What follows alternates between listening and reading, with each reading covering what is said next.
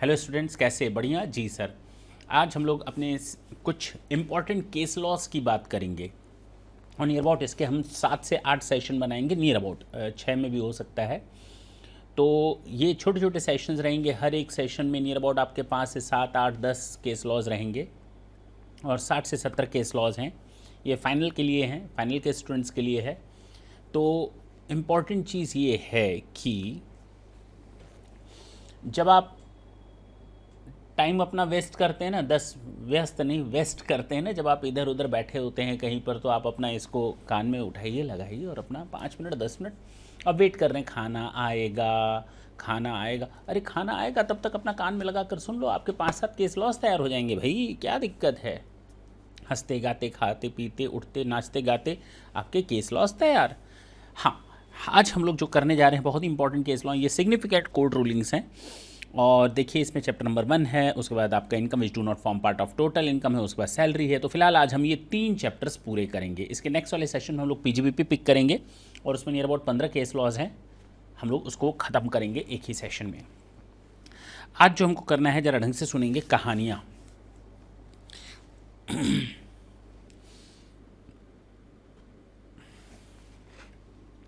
चलिए डायरेक्ट मैं आपको बताता हूँ, उसके बाद मैं आपको स्टोरी शेयर करूँगा। कहता है सौराष्ट्र सीमेंट लिमिटेड का केस है, सुप्रीम कोर्ट का डिसीजन है, तो इम्पोर्टेंस का अंदाज़ा इसी से लग जाता होगा। What is the nature of liquidated damages received by a company from the supplier of plant for failure to supply machinery to the company within the stipulated time, a capital receipt और a revenue receipt? Sir नहीं समझ में आया, चलिए मैं समझाता हूँ। First of all आपको जो वर्ड समझना है, व्हाट इज़ लिक्विडेटेड डैमेजेस। अगर हमें मालूम है तो आप लोगों ने कॉन्ट्रैक्ट एक्ट वगैरह में ये अच्छी तरह पढ़ा होगा, लिक्विडेटेड डैमेजेस क्या होते हैं। एक्स ने वाई के साथ कॉन्ट्रैक्ट किया, वो अपनी कार बेचना चाहता है। इसको 2 मिनट के लिए यहाँ चलिए कार को ना लेकर, चूंकि पीजीबीपी कर रहे हैं तो प्लांट बेचना चाह रहा है। Is it clear? अब एक्स वाई को अपनी कार बेचना चाह रहा है। वाई कहता है ठीक है हम परचेज कर लेंगे, एक्स कहता है हम सेल कर देंगे। 5 लाख रुपए में कार का प्राइस तय होता है। इसने इसको 20,000 एडवांस दे दिया। मैं केवल ये बताना चाह रहा हूँ व्हाट इज़ लिक्विडेटेड डैमेजेस, उसका मैं एक एग्जांपल दे रहा हूँ। तो ये 20,000 उसको एडवांस दे देता है और ये टर्म्स एंड कंडीशन में था कि कोई भी पार्टी अगर कॉन्ट्रैक्ट को ब्रीच करती है या उसने कॉन्ट्रैक्ट के टर्म्स एंड कंडीशन को फॉलो नहीं किया तो 20,000 उसके पास रहेंगे। अगर एक्स कॉन्ट्रैक्ट को ब्रीच कर देता है तो ये 20,000 वापस इसके पास चले जाएंगे। और अगर परचेजर यानी मिस्टर वाई कॉन्ट्रैक्ट को ब्रीच कर देता है या टर्म्स कंडीशन को फॉलो नहीं कर पाता तो 20,000 ये एक्स फॉरफिट कर लेगा। That is called liquidated damages. अच्छा, क्या ये डैमेजेस किसके अगेंस्ट है? क्या इससे हम क्या चाहते थे? सर इससे हम बिजनेस कमाना चाहते थे, हम बिजनेस अर्निंग करना चाहते थे। प्लांट खरीदता था तो उससे हम बिजनेस कमाते। अच्छा, उससे हम लॉन्ग टर्म में बिजनेस प्रॉफिट लेते। That is not the case of the purchase or sale of the raw material. Here in this question it is clearly given that this is the case of the plant. Plant खरीदना था। इसका मतलब अगर हम plant खरीदते हैं तो और लिक्विडेटेड डैमेजेस हो जाता है, तो अगर मैं पार्टी हूँ, मुझे वो पैसा रिटेन करने, फॉरफिट करने का मौका मिल गया अगर, तो वो मेरे लिए नॉर्मल कोर्स ऑफ बिजनेस नहीं है, because I am not indulge such type of business activity. That is means you can say ये बिजनेस के दौरान है, बिजनेस ट्रांजैक्शन है, but this is not the normal course of business activity. Business transaction, हर चीज़ जो business में करते हैं that is the part of the business transaction, लेकिन हर वो business transaction normal course of business हो ये जरूरी नहीं है। In the same way here, that was your business activity, you are doing business, you are in and manufacturing activity, there are so many other transaction apart from your business normal course of business. Purchase sale के अलावा हम plant खरीदते हैं, machine खरीदते हैं, furniture खरीदते हैं, land खरीदते हैं, गुडविल खरीदते हैं, पेटेंट खरीदते हैं। They are so many other transactions. ये भी हमारे बिजनेस ट्रांजेक्शन होते हैं, लेकिन बिजनेस ट्रांजेक्शन होने का मतलब ये नहीं हुआ कि वो normal course of business activity है। This is not the normal course of activity. Yes, I was trying to buy the plant for my future benefit. मैं उस प्लांट को फ्यूचर बेनिफिट के तौर पर यूज़ करता, उससे मैं अपने बिजनेस प्रॉफिट से नॉर्मल कोर्स ऑफ बिजनेस करता।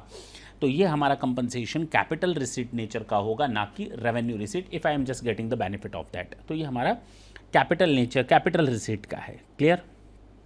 ये था आपका case number 1, Saurashtra cement limited. दूसरा केस लॉ है इस पर्टिकुलर टॉपिक से, income which do not form part of total income. Basically आप इसको सेक्शन 10 के नाम से जानते हैं। क्या कहता है? CIT HCL टेक्नोलॉजीज लिमिटेड, ये भी सुप्रीम कोर्ट का डिसीजन है। Can expenditure incurred in foreign exchange for the provision of technical services outside India. Can expenditure incurred in foreign exchange for provision of technical services outside India which is deductible for computing export turnover. Okay, ये section 10AA की बात कर रहा है या 10B की बात कर रहा है या 10A।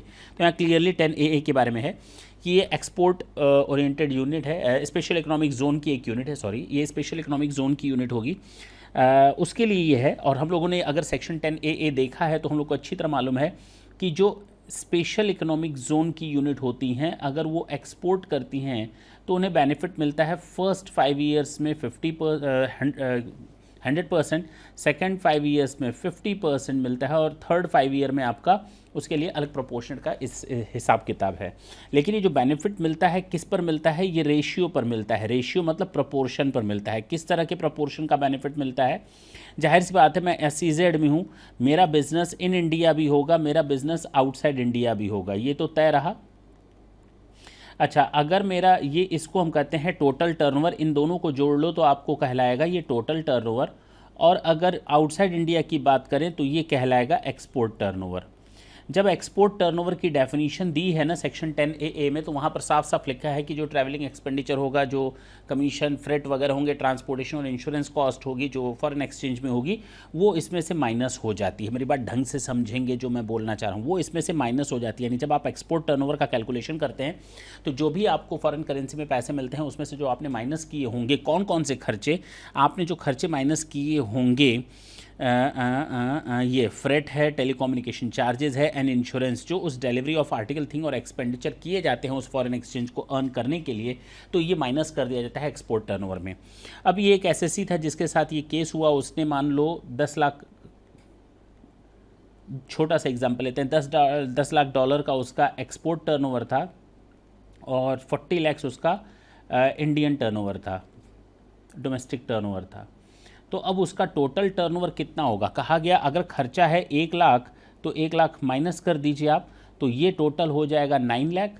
अच्छा जी, तो अब असेसिंग ऑफिसर ने क्या कहा? असेसिंग ऑफिसर ने कहा हम तो एक्सपोर्ट टर्नओवर लेंगे 9 लाख और आपका टोटल टर्नओवर लेंगे 50 लाख। टोटल टर्नओवर, अरे अरे अरे अरे, उसने कहा जो डेफिनेशन दी हुई है ना, हमारी जो डेफिनेशन दी हुई है ना एक्सपोर्ट टर्नओवर की, उसमें क्लियरली बोला है कि at the time of calculation of the export turnover these things are to be excluded specifically, but while we are just defining the word total turnover at that time it is not used, the same words are not used over there.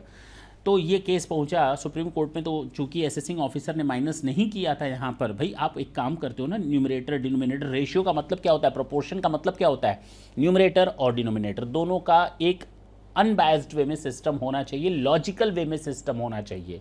Clear? तो यहाँ पर वही है, यहाँ पर क्या किया, यहाँ पर तो एक्सपोर्ट टर्नओवर ले लिया 10 लाख और मान लो टोटल प्रॉफिट कमाया था 3 लाख, जो भी हो। फिलहाल यहाँ पर हम लोग क्या फॉर्मूला यूज़ करते हैं, export turnover divided by total turnover into profit, हाँ या ना, ये लेते हैं। तो जो आता है वो हमारा माफ़ हो जाता है सेक्शन 10AA में, ये प्रॉफिट। तो यहाँ पर जब एक्सपोर्ट टर्नओवर की बात कर रहा था तो 10 लाख माइनस 1 लाख कर दिया, क्योंकि एक्सपोर्ट टर्नओवर की डेफिनेशन क्लियरली डिफाइंड थी। लेकिन जब वो यहाँ पर 50 लाख रख रहा है total turnover, then at that time yes it must be deducted over here, हाँ या ना, ये डिडक्ट होना चाहिए था, it should have been deducted while calculating your total turnover, but it has not been done by the assessing officer। बाद में ये केस गया सुप्रीम कोर्ट ने, फाइनली कहा भैया ये अनलॉजिकल बात क्यों कर रहे हो, न्यूमरेटर और डिनोमिनेटर एक रेशियो, एक प्रोपोर्शन का एक फॉर्मूला होता है, एक साइंटिफिक वे होता है। आपका इंटेंशन ये नहीं था एक्ट का कि हम अगर ऊपर को डिफाइन कर दे रहे हैं तो नीचे का रहने देंगे, इंटेंशन नहीं है। एक्ट के इंटेंशन को भी हमें समझना पड़ता है और एक्ट को उसी भाषा में हमें डिस्क्राइब करना है जो उसका इंटेंशन था, मेन क्रक्स उसका टूटना नहीं चाहिए। इनटू प्रॉफिट ऐसे निकालो, तो ये माइनस होगा टोटल टर्नओवर में से, ठीक है ना। तो कहता है deduction is based on the profit from export business, thus expenses include export turnover must expenses excluded from, expense को एक्सक्लूड कर देते हैं, export turnover from be excluded from the total turnover since one of the components of total turnover is export turnover. Expenses incurred in foreign exchange for providing technical services out of the, ठीक है। तो ये मैंने आपको कहानी बता दी, court ने जो फटकार लगाई थी वो भी यहाँ पर दिया हुआ है। तो डिडक्टेबल होगा टोटल टर्नओवर से भी। दैट्स इट, सिंपल सा क्वेश्चन था। Question number 3, case law number 3 कहता है CIT वर्सेस क्रिप्को, ये 2012 का केस है दिल्ली हाई कोर्ट का। कहता है in section 14A applicable in respect of deduction which are permissible and allowable under chapter 6A। अगर सेक्शन 14A मैंने बताया है तो मुझे नहीं लगता इसको आपको कुछ बताने की हमें एक्स्ट्रा ज़रूरत है, लेकिन ठीक है मैं बता देता हूँ सेक्शन 14A था क्या। सेक्शन 14A कहता है कि मान लीजिए आपकी ये PL अकाउंट है, मैं 2 केस लेकर के चल रहा हूँ, फर्स्ट एंड सेकेंड। आपने ना कोई इनकम अर्न की जो एग्जेम्प्ट है, मान लेते हैं 5 लाख, और आपने जो एक्सपेंसेस किया है इस एग्जेम्प्ट वाली इनकम के ऊपर मान लेते हैं 1 लाख, तो आपकी इनकम कितनी मानी जाएगी? 4 लाख। अरे नहीं सर, आप ना फालतू बात करते, क्यों भाई? अरे एग्जेम्प्ट है और एग्जेम्प्ट की इनकम हम लोग शामिल नहीं करते, टोटल टर्नओवर में नहीं शामिल, टोटल इनकम में शामिल नहीं होता। आपका अगर चैप्टर का नाम पढ़ो तो income which do not form part of total income, वो अपने में ही सेल्फ डिफाइंड सेंटेंस है, उसको तो हमें कुछ बोलने की जरूरत नहीं। Income which do not form part of total income, जब इनकम है वो इनकम का पार्ट नहीं है, एग्जेम्प्ट है, तो भैया इनकम को इनकम से हटा रहे हो तो उससे रिलेटेड एक्सपेंडिचर को भी हटाओ। That is purely what section 15A was saying. लेकिन अब यहाँ पर एक नया प्रॉब्लम आ गया। वो प्रॉब्लम क्या आया नीचे देखेंगे, वहीं पर अभी आ जाते हैं। तो कहता है इन सेक्शन इस section applicable in respect of deduction which are permissible under section 6A। भैया अगर आप कोई मान लो इनकम अर्न करते हो 5 लाख रुपए की, और आपने कोई खर्च कर दिया, मान लीजिए आपने एक्सपेंडिचर कर दिया, मेडिकल इंश्योरेंस प्रीमियम पर खर्च कर दिया 20,000, और ये 20,000 अलाउेबल एक्सपेंडिचर नहीं है क्योंकि ये पर्सनल नेचर का है, लेकिन ये सेक्शन 80D में अलाउ होता है। यही तो हम जानते हैं, जब ये सेक्शन 80D में अलाउ होता है then what is this expenditure means located over here. Why this expenditure located over here, इसको यहाँ से हटाओ, आप अपनी इनकम टोटल ले लो 5 लाख, और at the time of the computation of taxable income try to get the deduction there of under section 80। ये section 80 में डिडक्शन मिलता है। अगर कोई इनकम में शामिल है तो और उसमें से हमको कोई बेनिफिट मिलता है तो या तो एक्सपेंसेस के नाम पे बेनिफिट मिलेगा या तो डिडक्शन के नाम से बेनिफिट मिलेगा, या तो एक्सपेंसेस के नाम से डिडक्शन मिलता है या तो डिडक्शन के नाम से बेनिफिट मिलता है, माइनस करके इनकम को, या तो इसमें इससे या तो इससे। अच्छा, ये डिडक्शन का मतलब होता है कोई चीज़ एडिशन में हो तो डिडक्शन होगा, नाम से ही पता चल रहा है addition and deduction under chapter 6A, ये होता है आपका डिडक्शन के लिए। लेकिन एग्जेम्पशन के लिए इनकम पार्ट नहीं होता तो उससे रिलेटेड एक्सपेंसेस भी पार्ट नहीं होता। तो डिडक्शन और सेक्शन 14A का एक्सपेंसेस, मेरी बात ढंग से समझें, सेक्शन 14A के लिए कमाई हुई इनकम पर किया गया खर्चा, दैट इज क्वाइट डिफरेंट, वो तो किसी चीज़ का हिस्सा बनेगा ही नहीं। Deduction is quite different. The amount is already added in the total income, but yes, we are just going to get the deduction thereof as a deduction. दोनों में फ़र्क है जी। तो यहाँ पर यही चीज़ लिखा गया है, no disallowances can be made 14 in respect of income. ठीक है, हो गया। आते हैं सैलरी चैप्टर की बात करते हैं। क्या है? CIT वर्सेस शंकर कृष्णन, ये बॉम्बे हाई कोर्ट का केस है। क्या है ज़रा मैं देख लूँ ना। अच्छा चलिए बता देते हैं क्वेश्चन क्या है, मुझे समझ में आ गया। केस क्या है कि ये मिस्टर एक्स है, ये एम्प्लॉयर है, और ये मिस्टर वाई है, ये एम्प्लॉय है। Agree sir. मिस्टर एक्स ने अपने एक एम्प्लॉय को रेंट फ्री अकोमोडेशन दिया, यानी एक मकान दिया, तो इसके हाथ में ये हो जाएगा परक्विजिट्स। अरे बोलो ना।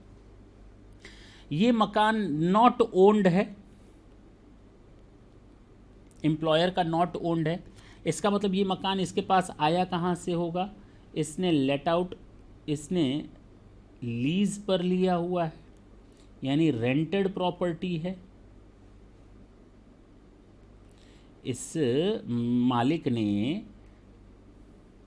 क्या बात है, इस मालिक ने ये रेंटेड प्रॉपर्टी ले रखी है कहीं से, मान लेते हैं मिस्टर ये जेड रहा होगा, ये एक्स है और ये वाई है। चलिए, तो अब जेड से घर लिया, ये इसको किराया देता होगा और इसको रेंट फ्री अकोमोडेशन दे दिया रहने के लिए।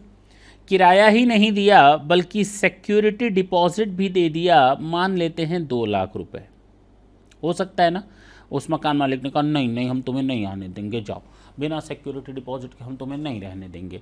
तो भैया मिस्टर एक्स ने मजबूरी में उसको सिक्योरिटी डिपॉजिट दिया 2 लाख, और फिर वो घर किराए पर लेकर के मिस्टर वाई को दे दिया। नाउ द क्वेश्चन अराइजेज कि ये 2 लाख रुपए का जो सिक्योरिटी डिपॉजिट है, क्या इसका जो नोशनल इंटरेस्ट बनता है, भाई अब इंटरेस्ट तो एक्चुअल में जा नहीं रहा, तो क्या अगर ये 2 लाख किसी को दे रहा है तो he is losing the amount of interest also. तो ये जो नोशनल इंटरेस्ट है, क्या वो भी हमारे रेंट फ्री अकोमोडेशन का पार्ट का हिस्सा बनेगा या नहीं, पर्क्विजिट का हिस्सा बनेगा या नहीं, सीधी सी बात है। तो आप कहेंगे हाँ, जवाब होगा ना, क्योंकि जब हम पर्क्विजिट्स का कैलकुलेशन करते हैं then there are set rules how to compute the things, this are given under rule. Normally rule 3 में दिया हुआ है, 3 में दिया हुआ है, लेकिन तब भी आप इस चीज़ को याद रखेंगे कि हाँ, ऐसा कोई सिस्टम नहीं है रूल्स के अकॉर्डिंग, या इनकम टैक्स में जब हम रेंट फ्री अकोमोडेशन का कैलकुलेशन करते हैं तो उसमें हम इमोशनल इंटरेस्ट का कोई एडजस्टमेंट करते हैं, नॉट एट ऑल। क्लियर है। अब आप कहेंगे सर ऊपर आपने तो अभी एक क्वेश्चन बताया था कि इंटेंशन समझना चाहिए, दिक्कत होती है नहीं, तो अब यहाँ पर आप इंटेंशन नहीं समझ रहे हैं, यहाँ तो आप कह रहे हैं लॉ में जो लिखा हुआ है। अरे भाई लकीर के फ़कीर भी नहीं बनना, कंसेप्ट समझें।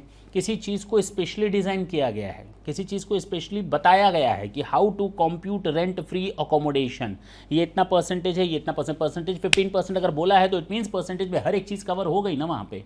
अब उसमें क्या आप एक्स्ट्रा जोड़ना चाहते हो, ऐसे तो एडजस्टमेंट होते रह जाएंगे, फिर परसेंटेज देने का फ़ायदा क्या। 10%, 15% देखा है आप लोगों ने, 7.5%, 10% एंड 15% रेंट फ्री अकोमोडेशन में। तो आप टेंशन क्यों ले रहे हैं, बीमारी क्यों ले रहे हैं। यहाँ पर तो उसकी लेट आउट प्रॉपर्टी तो सीधा 15% लेते हैं, अब उसमें इंटरेस्ट आए ना आए भाड़ में जाए, हमसे क्या लेना देना। There is not a such type of intention of the act to add the additional things जो नहीं दी हैं, वहाँ पर परसेंटेज दे दिया, दैट इज़ ओके। अब परसेंटेज में सारी चीज़ें शामिल हो गई। इन द सेम वे जब अभी हम लोगों ने ऊपर देखा तो वहाँ पर आपने सर क्यों नहीं लिया था, एक्सपोर्ट टर्नओवर में से तो माइनस किया, लेकिन टोटल टर्नओवर में से माइनस नहीं किया, तो आपने कहा कि एक्ट का इंटेंशन समझो। अब मैं फिर बोल दूँ, एक्सपोर्ट टर्नओवर की अगर मैंने बात की थी तो वहाँ export turnover minus expenses relating there to, ये था, divided by total turnover. Total turnover का मतलब होता है domestic turnover plus export turnover. जब हम एक्सपोर्ट टर्नओवर की बात करेंगे तो यहाँ से भी एक्सपेंसेस माइनस करो ना, तो इस हिस्से को सेम वही डिफिनीशन यहाँ पर भी दो, बस ये एक लॉजिकली एक डिफरेंस था, कंफ्यूजन था, या लॉ में उस चीज़ को डिफाइन नहीं किया गया था जिसको सुप्रीम कोर्ट ने क्लियर कर दिया। चलिए, ये भी केस आपका ख़त्म। तो रूल के हिसाब से ही हमको चलना है, परक्विजिट्स का कैलकुलेशन करना है। अच्छा, ख़त्म हो गया। अच्छा, एक और केस लॉ है सैलरी में, ये एक्स्ट्रा केस लॉ हम आपको करवा दे रहे हैं।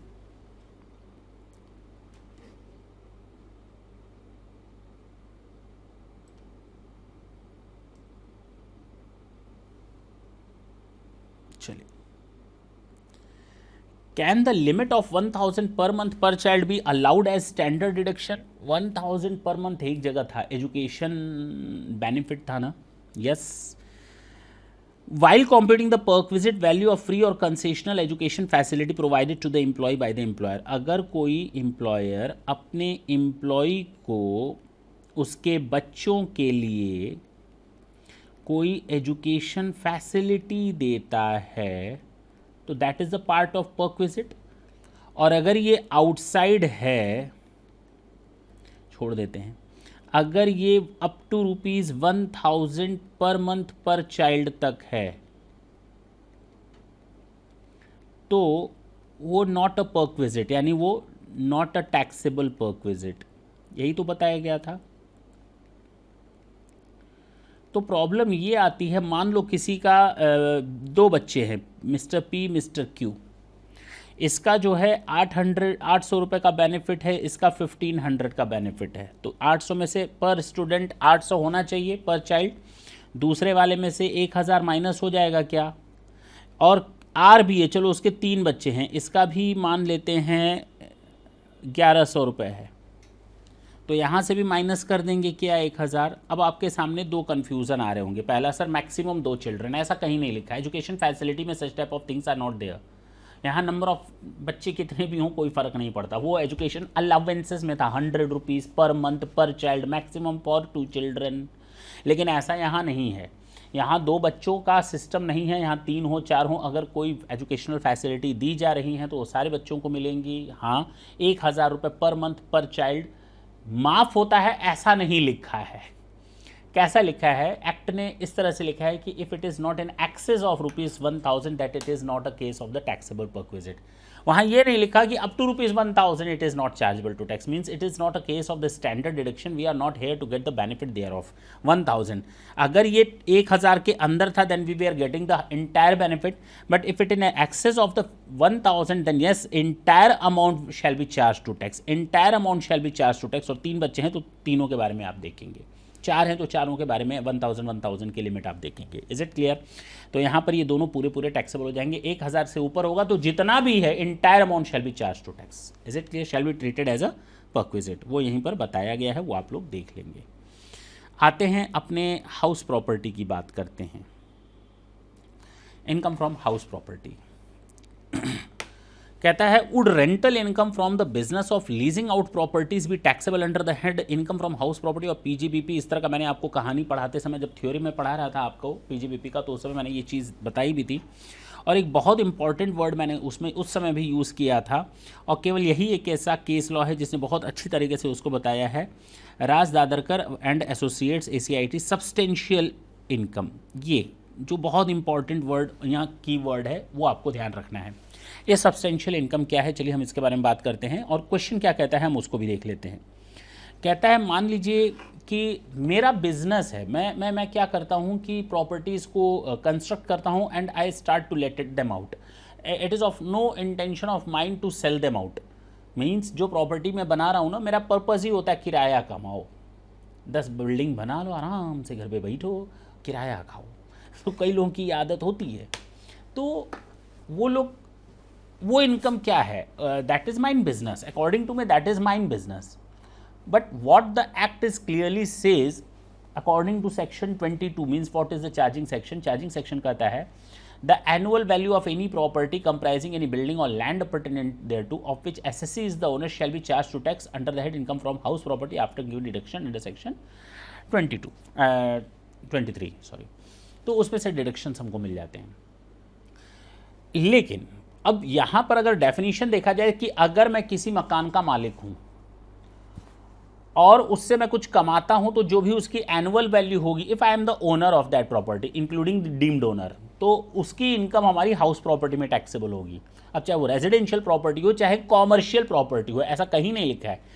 Any property comprising any building और लैंड अपरटेनेंट देयर टू, बिल्डिंग और लैंड से जो कुछ भी कमाऊंगा, बिल्डिंग और उस बिल्डिंग के साथ लगी हुई जमीन और उसके साथ लगी हुई बिल्डिंग नहीं, बिल्डिंग और उसके साथ जो उसका एरिया होता है, जैसे मेरा गार्डन का एरिया हो गया, लॉबी का एरिया हो गया, इस तरह के जो भी एरियाज़ होते हैं घर के बाहर के आसपास के, मतलब सटे हुए एरिया घर में, जब एंट्री करते हैं दरवाज़ा खोल कर जाते हैं तो 20 कदम 40 कदम तक पार्क बना रहता है, गार्डन रहता है, वो सब घर का ही पार्ट होता है।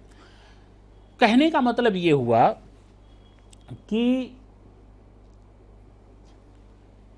ये जो टैक्सेबिलिटी है, अगर मेरा काम ही मकानों को किराए पर उठाना है, बिल्डिंग बनाओ किराए पर उठाओ, बिल्डिंग बनाओ किराए पर उठाओ, तो क्या वो पीजीबीपी में जाएगा या हाउस प्रॉपर्टी में जाएगा?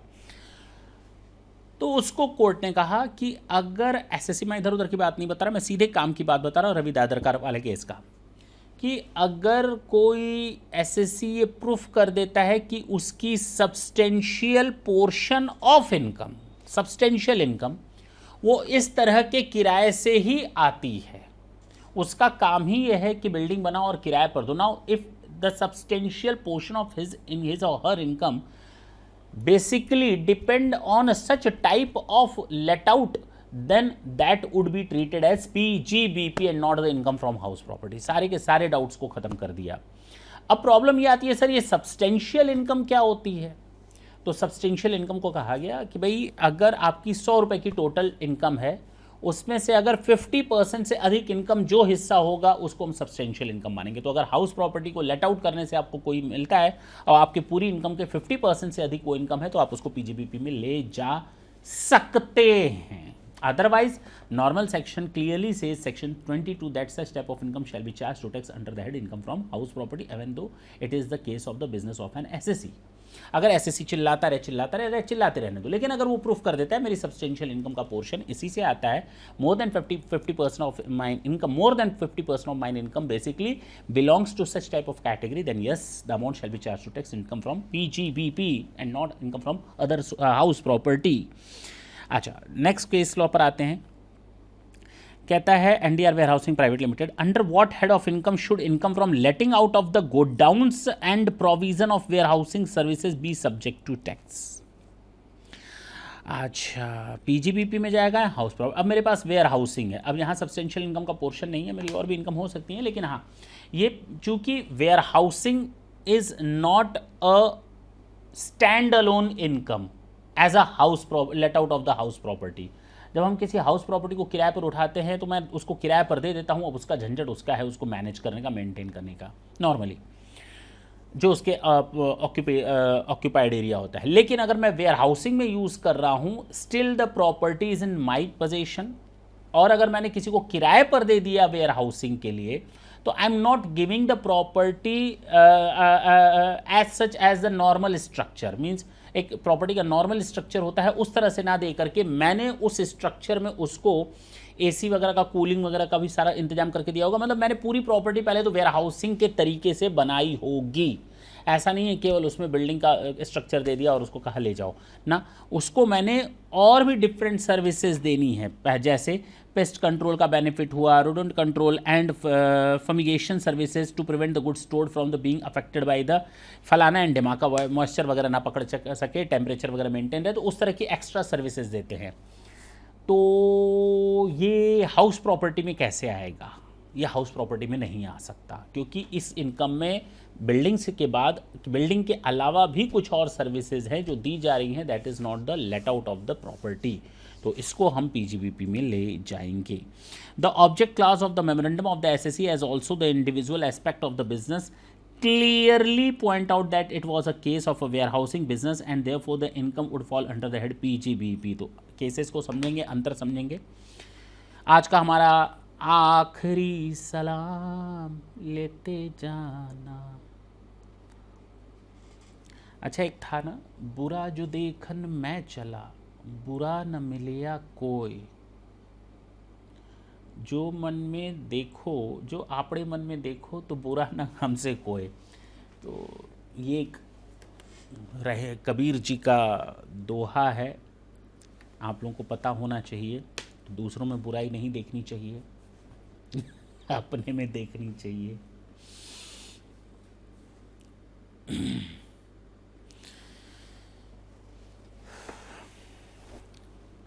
चलें,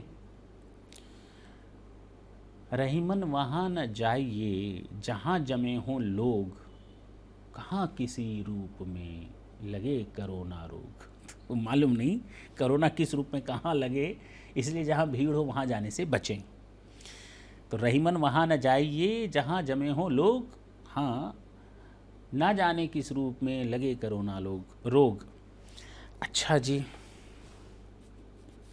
चलते हैं आज का लास्ट केस लॉ।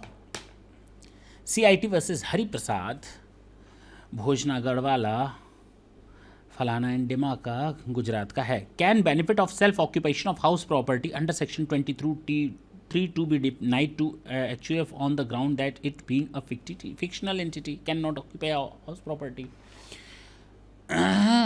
ओके, एक घर है, ये तेरा घर, ये मेरा घर, हमारा घर। अच्छा, ये घर है, ये HUF का है, एंसेस्ट्रल प्रॉपर्टी है, इस पे 3 भाई रहते हैं। कितने रहते हैं? 3 भाई, और ये HUF के नाम की इनकम है। अब ये कहते हैं ना, हमको ना ये सेल्फ ऑक्यूपाइड प्रॉपर्टी है, हमारी क्या है, इनकम किस फॉर्म में एसेस्ड है? सेल्फ ऑक्यूपाइड प्रॉपर्टी की तरह है। सेल्फ नहीं, ये लोग रहते खुद हैं, इनका कोई दूसरा घर नहीं है, सेल्फ ऑक्यूपाइड। असेसिंग ऑफिसर कह रहा है ना, एचयूएफ के नाम से घर है, तुम्हारे पर्सनल नाम से घर है क्या? अरे किसके नाम से? एचयूएफ के नाम से। तुम्हारे पर्सनल नाम कैसा है क्या? अगर इंडिविजुअल होते प्रॉपर्टी पर तुम सेल्फ ऑक्यूपाइड बोल, अब एचयूएफ कौन सा रहने लगता है? तो कोर्ट ने कहा भाई थोड़ा सोच समझ कर असेसिंग ऑफिसर साहब, थोड़ा कायदे से कायदे से कैसे कि जो एचयूएफ के मेंबर होते हैं ना वो प्योरली इंडिविजुअल ही होते हैं। एचयूएफ के जो मेंबर होते हैं वो एक बॉडी ऑफ इंडिविजुअल होता है, आप ये समझ लिए, इंडिविजुअल इंडिविजुअल इंडिविजुअल इंडिविजुअल, उसमें कोई एंटिटी नहीं शामिल हो सकती। अब एचयूएफ पे कोई कहे, कोई कंपनी कहे I am the member of the HUF, अरे ठेंगा, कंपनी काहे का मेंबर हो सकती है एचयूएफ का? ऐसे कैसे? एचयूएफ के मेंबर जो होते हैं वो नेचुरल पर्सन्स होते हैं, नेचुरल इंडिविजुअल्स होते हैं, male female children younger elder जो भी हो, वो नेचुरल पर्सन्स होते हैं। That is the group and they lives together according to the custom. हमने उसको एक एचयूएफ का नाम दे दिया। Instead of giving a different name we have given a name HUF, Hindu undivided family. Yes, HUF can have self occupied property का position, उसको benefit मिलेगा। तो एचयूएफ को आप डिनाई नहीं कर सकते सेल्फ ऑक्यूपाइड प्रॉपर्टी, ये कहते हुए ये फिक्शनल एंटिटी है। This is not a case of the individual, it's a case of the entity, and entity can not enjoy the benefit of self occupied property, not at all. This is not such type of case. यहाँ पर individual का ही benefit मिलेगा HUF को, because it's a group of individuals. Clear हुआ? तो ये आपके सारे केस लॉज हो गए जो आज हमें बताने थे। 7 8 केस लॉ हो गए, 7 ये और 1 ये एक्स्ट्रा। नेक्स्ट सेशन में हम आपसे फिर मिलेंगे। आगे पीजीबीपी के 15 केस लॉज हैं, कितने? 15, और सारे के सारे इंपॉर्टेंट हैं, बहुत ही इंपॉर्टेंट हैं। नेक्स्ट सेशन में उन सारे केस लॉज को देखेंगे। तब तक के लिए tata and bye bye. Thank you, thanks a lot.